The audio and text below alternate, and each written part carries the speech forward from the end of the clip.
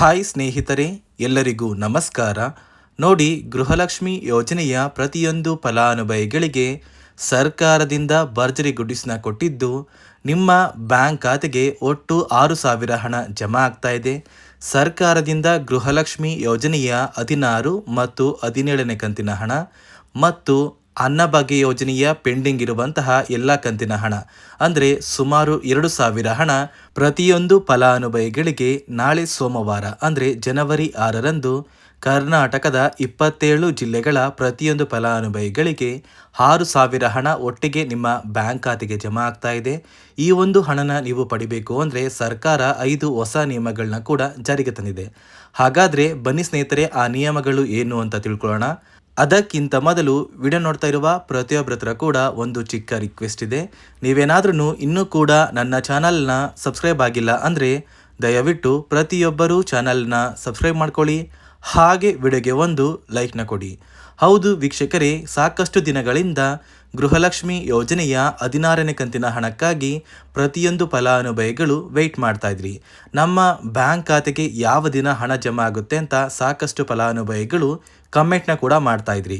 ಇದೀಗ ಪ್ರತಿಯೊಂದು ಫಲಾನುಭವಿಗಳಿಗೆ ಸರ್ಕಾರದಿಂದ 16 ಮತ್ತು 17ನೇ ಕಂತಿನ ಹಣ ಅಂದರೆ ಗೃಹಲಕ್ಷ್ಮಿ ಯೋಜನೆಯ 2 ಕಂತಿನ 4,000 ಹಣ ನಿಮ್ಮ ಬ್ಯಾಂಕ್ ಖಾತೆಗೆ ಜಮಾ ಆಗ್ತಾ ಇದೆ. ಅದೇ ರೀತಿ ಅನ್ನಭಾಗ್ಯ ಯೋಜನೆಯ ಹಣ ಕೂಡ ಸಾಕಷ್ಟು ಫಲಾನುಭವಿಗಳಿಗೆ ಇನ್ನೂ ಕೂಡ ಜಮಾ ಆಗಿರಲಿಲ್ಲ. ತುಂಬ ಫಲಾನುಭವಿಗಳಿಗೆ ಕಳೆದ 5ರಿಂದ 6 ತಿಂಗಳ ಅನ್ನಭಾಗ್ಯ ಯೋಜನೆಯ ಅಕ್ಕಿ ಬದಲು ಹಣ ಕೂಡ ನಮ್ಮ ಬ್ಯಾಂಕ್ ಖಾತೆಗೆ ಜಮಾ ಆಗಬೇಕು ಅಂತ ತುಂಬ ಫಲಾನುಭವಿಗಳು ವೆಯ್ಟ್ ಮಾಡ್ತಾ ಇದ್ರಿ. ಇದೀಗ ಪ್ರತಿಯೊಂದು ಫಲಾನುಭವಿಗಳಿಗೆ ಸರ್ಕಾರ ಗೃಹಲಕ್ಷ್ಮಿ ಹಣ ಮತ್ತು ಅನ್ನಭಾಗ್ಯ ಯೋಜನೆಯ ಅಕ್ಕಿ ಬದಲು ಹಣ ಕೂಡ ನಿಮ್ಮ ಬ್ಯಾಂಕ್ ಖಾತೆಗೆ ಜಮಾ ಮಾಡ್ತಾ ಇದ್ದು, ಕೆಲವೇ ದಿನಗಳಲ್ಲಿ ಪ್ರತಿಯೊಂದು ಫಲಾನುಭವಿಗಳು ಈ ಒಂದು ಹಣನ ಪಡ್ಕೋತೀರಾ. ಈ ಒಂದು ಹಣನ ನೀವು ಪಡಿಬೇಕು ಅಂದರೆ ಸರ್ಕಾರ ಪ್ರತಿಯೊಂದು ಫಲಾನುಭವಿಗಳಿಗೆ 5 ಹೊಸ ನಿಯಮಗಳನ್ನ ಕೂಡ ಜಾರಿಗೆ ತಂದಿದೆ. ಈ 5 ಹೊಸ ನಿಯಮದ ಆಧಾರದ ಮೇಲೆ ಪ್ರತಿಯೊಂದು ಫಲಾನುಭವಿಗಳಿಗೆ ಸರ್ಕಾರ ಹಣ ಜಮಾ ಮಾಡ್ತಾ ಇದ್ದು, ಆ ಒಂದು ನಿಯಮಗಳು ಏನು ಅಂತ ಕೂಡ ತಿಳ್ಕೊಳ್ಳೋಣ. ಅದಕ್ಕಿಂತ ಮೊದಲು ಯಾವ ಜಿಲ್ಲೆಗಳ ಫಲಾನುಭವಿಗಳ ಬ್ಯಾಂಕ್ ಖಾತೆಗೆ ಸರ್ಕಾರ 6,000 ಹಣನ ಜಮಾ ಮಾಡ್ತಾ ಇದೆ ಅಂದರೆ, ಮೊದಲಿಗೆ ಬಾಗಲಕೋಟೆ, ಬೆಂಗಳೂರು ಗ್ರಾಮಾಂತರ, ಬೆಂಗಳೂರು ನಗರ, ಬೆಳಗಾವಿ, ಬಳ್ಳಾರಿ, ಬೀದರ್, ವಿಜಯನಗರ, ಚಾಮರಾಜನಗರ, ಚಿಕ್ಕಬಳ್ಳಾಪುರ, ಚಿಕ್ಕಮಗಳೂರು, ಚಿತ್ರದುರ್ಗ, ದಕ್ಷಿಣ ಕನ್ನಡ, ಹಾಸನ, ಹಾವೇರಿ, ದಾವಣಗೆರೆ, ಧಾರವಾಡ, ಗದಗ, ಕಲಬುರಗಿ, ಕೊಡಗು, ಕೋಲಾರ, ಕೊಪ್ಪಳ, ಮಂಡ್ಯ, ಮೈಸೂರು, ರಾಯಚೂರು, ರಾಮನಗರ, ಶಿವಮೊಗ್ಗ, ತುಮಕೂರು, ಉಡುಪಿ, ಉತ್ತರ ಕನ್ನಡ, ಯಾದಗಿರಿ ಮತ್ತು ಬಿಜಾಪುರ ಈ ಜಿಲ್ಲೆಗಳ ಪ್ರತಿಯೊಂದು ಫಲಾನುಭವಿಗಳಿಗೆ ಸರ್ಕಾರ ಗೃಹಲಕ್ಷ್ಮಿ ಯೋಜನೆಯ 16 ಮತ್ತು 17ನೇ ಕಂತಿನ ಹಣ, ಇದರ ಜೊತೆಗೆ ಪೆಂಡಿಂಗ್ ಇರುವಂತಹ ಅನ್ನಭಾಗ್ಯ ಯೋಜನೆಯ ಅಕ್ಕಿ ಬದಲಿನ 5 ಕಂತಿನ ಹಣನ ಪ್ರತಿಯೊಂದು ಫಲಾನುಭವಿಗಳ ಬ್ಯಾಂಕ್ ಖಾತೆಗೆ ಜಮಾ ಮಾಡ್ತಾ ಇದ್ದು, ಜನವರಿ 10ರಷ್ಟರಲ್ಲಿ ಪ್ರತಿಯೊಂದು ಫಲಾನುಭವಿಗಳು ಸರ್ಕಾರದಿಂದ ಬಂದಿರುವಂತಹ ಈ 6,000 ಹಣನ ನಿಮ್ಮ ಬ್ಯಾಂಕ್ ಖಾತೆಗೆ ಪಡ್ಕೋತೀರಾ. ಹೊಸ ವರ್ಷದ ಪ್ರಯುಕ್ತ ಪ್ರತಿಯೊಂದು ಫಲಾನುಭವಿಗಳಿಗೂ ಹಣಕಾಸು ಇಲಾಖೆ ಸಿಹಿ ಸುದ್ದಿನ ಕೊಟ್ಟಿದ್ದು, ನಿಮ್ಮ ಬ್ಯಾಂಕ್ ಖಾತೆಗೆ ಕೆಲವೇ ದಿನಗಳಲ್ಲಿ ಸರ್ಕಾರದಿಂದ ಬಿಡುಗಡೆಯಾಗಿರುವ ಗೃಹಲಕ್ಷ್ಮಿ ಮತ್ತು ಅನ್ನಭಾಗ್ಯ ಯೋಜನೆಯ ಎಲ್ಲ ಕಂತಿನ ಹಣ ಜಮಾ ಆಗಲಿದೆ. ಅದೇ ರೀತಿ ಸುಮಾರು 1,30,000 ಫಲಾನುಭವಿಗಳ ಬ್ಯಾಂಕ್ ಖಾತೆಗೆ ಈ ಬಾರಿ 16ನೇ ಕಂತಿನ ಹಣನ ಸರ್ಕಾರ ಕ್ಯಾನ್ಸಲ್ ಮಾಡಿದೆ. ಈ ಒಂದು ಫಲಾನುಭವಿಗಳಿಗೆ ಯಾವುದೇ ರೀತಿಯ ಗೃಹಲಕ್ಷ್ಮಿ ಯೋಜನೆಯ 2,000 ಹಣ ಇನ್ನು ಮುಂದೆ ಜಮಾ ಆಗೋದಿಲ್ಲ ಅಂತ ಸಚಿವೆ ಲಕ್ಷ್ಮೀ ಹೆಬ್ಬಾಳ್ಕರ್ ಅವರು ಮಾಹಿತಿನ ಕೊಟ್ಟಿದ್ದು, ಯಾವ ಕಾರಣಕ್ಕೆ ಈ ಫಲಾನುಭವಿಗಳಿಗೆ ಹಣ ಜಮಾ ಆಗ್ತಾ ಇಲ್ಲ ಅಂದರೆ, ಸರ್ಕಾರ ಕೆಲವೇ ದಿನಗಳ ಹಿಂದೆ ಗೃಹಲಕ್ಷ್ಮಿ ಯೋಜನೆಯಲ್ಲಿ 5 ಹೊಸ ನಿಯಮಗಳನ್ನ ಜಾರಿಗೆ ತಂದರು. ಆ 5 ನಿಯಮದ ಆಧಾರದ ಮೇಲೆ ಫಲಾನುಭವಿಗಳ ಬ್ಯಾಂಕ್ ಖಾತೆಗೆ ಈ 2,000 ಹಣ ಜಮಾ ಆಗ್ತಾ ಇದೆ. ಹಾಗಾದರೆ ಬನ್ನಿ ಸ್ನೇಹಿತರೆ, ಆ 5 ನಿಯಮಗಳು ಏನು, ಆ ಒಂದು ನಿಯಮಗಳನ್ನ ಕಡ್ಡಾಯವಾಗಿ ನೀವು ಪಾಲಿಸಬೇಕಾ ಅಂದರೆ, ಹೌದು ಸ್ನೇಹಿತರೆ, ಈ 5 ನಿಯಮಗಳನ್ನ ನೀವು ಕಡ್ಡಾಯವಾಗಿ ಪಾಲಿಸಿದರೆ ಮಾತ್ರ ನಿಮ್ಮ ಬ್ಯಾಂಕ್ ಖಾತೆಗೆ 2,000 ಹಣ ಬರೋದು.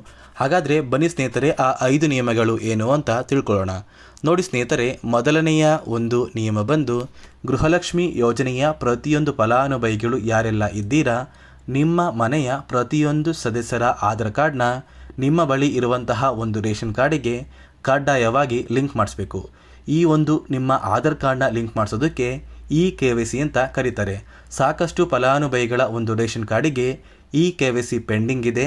ಅದೇ ಒಂದು ಕಾರಣಕ್ಕೆ ಸರ್ಕಾರ ಈ ಬಾರಿ ಈ 5 ಹೊಸ ನಿಯಮಗಳನ್ನ ಜಾರಿಗೆ ತಂದಿದೆ.